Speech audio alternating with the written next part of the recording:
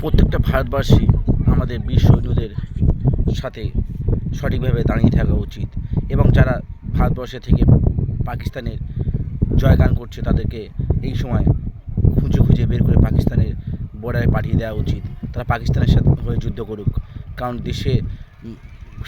দেশে শত্রুতা রাখার চেয়ে শূন্য করে রাখাই ভালো। কারণ আমাদের দেশে আমাদের 140 কোটি ভারতবাসী আমরা সবাই সেনাবাহিনীর সাথে সহযোগিতা করছি এবং আমাদের সেনাবাহিনীদের কাছে যে সমস্ত অস্ত্রশস্ত্রগুলো আছে, যেমন রাফেল, যেমন S-400, অগ্নি, এই সমস্ত মিসাইলগুলি আমাদের ভারতবর্ষের প্রতিটা সীমাকে যথেষ্টভাবে রক্ষা করছে। তাই আমরা বলছি যে আমাদের সেনাবাহিনীরা বীরত্বের সঙ্গে তারা কাজ করে চলেছে এবং তাদের দিকে যেই সমস্ত ভারতীয়রা আঙুল তুলছে তাদেরকে এই সময় চিহ্নিত করে তাদেরকে আইনের আওতায় এনে তাদেরকে যথাসাধ্য আইনিভাবে সাজা দেওয়া উচিত এবং প্রতিটা ভারতবাসীর উচিত আমাদের সৈন্যবাহিনীদের মনোবল চাঙ্গা করা, তারা যাতে নিজেদের উদ্যম্য সাহস দিয়ে তারা যেন লড়াইটা করতে পারে এবং আমাদের দেশকে সুরক্ষিত রাখতে পারে। আমাদের প্রতিটা ভারতবাসী আমরা যে সবাই হিন্দুস্তানি এবং আমরা যে সবাই ভারত মাতার সন্তান, সেইগুলো যাতে প্রতিটা ভারতবাসী মানুষ মনে রাখে এবং সবাই একত্রিত হয়ে সেনাবাহিনীর পাশে দাঁড়ায়, সেই আহ্বান করছি। এবং তার সঙ্গে সঙ্গে আমাদের বুঝে নিতে হবে এখন আমাদের দেশের শত্রু কারা এবং দেশের মিত্র কারা। এই সময় শত্রু চেনার সঠিক সুযোগ, তাই দেশের শত্রু বিদেশের শত্রুদেরকে আমরা সঠিকভাবে চিহ্নিত করার জন্য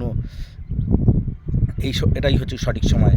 তাই আমরা বলছি যে আমাদের সেনাবাহিনীর যে উদ্যম সাহস এবং যে পাকিস্তানি সন্ত্রাসীবাদী সংগঠনকে যেভাবে তাদের তাদের যে সন্ত্রাসী ঠিকানাগুলিকে ধ্বংস করেছে এবং তার সঙ্গে সঙ্গে দেখতে পাচ্ছি যে পাকিস্তানের যে প্রত্যুত্তরে আমাদের কয়েকটি রাজ্যকেও অ্যাটাক করার চেষ্টা করেছিল, সেই আমাদের S-400-এর মাধ্যমে তাদেরকে ধ্বংস করে দিয়েছে সেই মিসাইলগুলোকে এবং তার পরিবর্তে আমরাও তাদের আটটি বিমান ঘাঁটিকে ধ্বংস করেছি। এইভাবে আমাদের যুদ্ধে আমাদের বীর সৈনিকরা যেভাবে আমাদের যুদ্ধকে বিজয়ের দিকে এগিয়ে নিয়ে যাচ্ছে, তাদেরকে আমরা যথেষ্ট পরিমাণে সাহস যোগানো উচিত এবং তাদের পাশে দাঁড়ানো উচিত।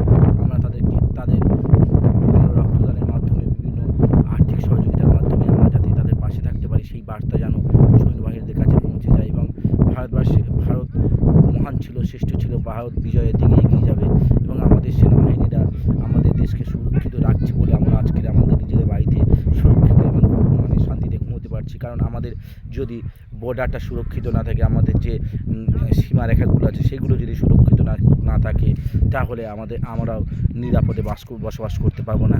আমরা যেমন আমাদের বাড়িতে বসবাসের জন্য নিজেদের ঘর বাড়ি দরজাগুলো সুরক্ষিত রাখি, তেমনিভাবে সেনাবাহিনী আমাদের দেশের সীমাগুলোকে সুরক্ষিত রাখছে, তাই আমরা শান্তিতে ঘুমোতে পারছি। তাই আমরা আমাদের সেনাবাহিনীর দিকে আঙুল তুলব না, যারা আঙুল তুলব তারা কে তাদেরকে চিহ্নিত করে আইনের আওতায় এনে তাদেরকে সাজা দেওয়া উচিত। ভারত মাতা কি জয়, আমাদের সৈন্যবাহিনীদের জয় এবং ভারত মাতা কি জয়। জয় হিন্দ, বন্দে মাতারাম। ভারত মহান ছিল, মহান থাকবে, এ নিয়ে কোনো সন্দেহ নেই। জয় শ্রীরাম।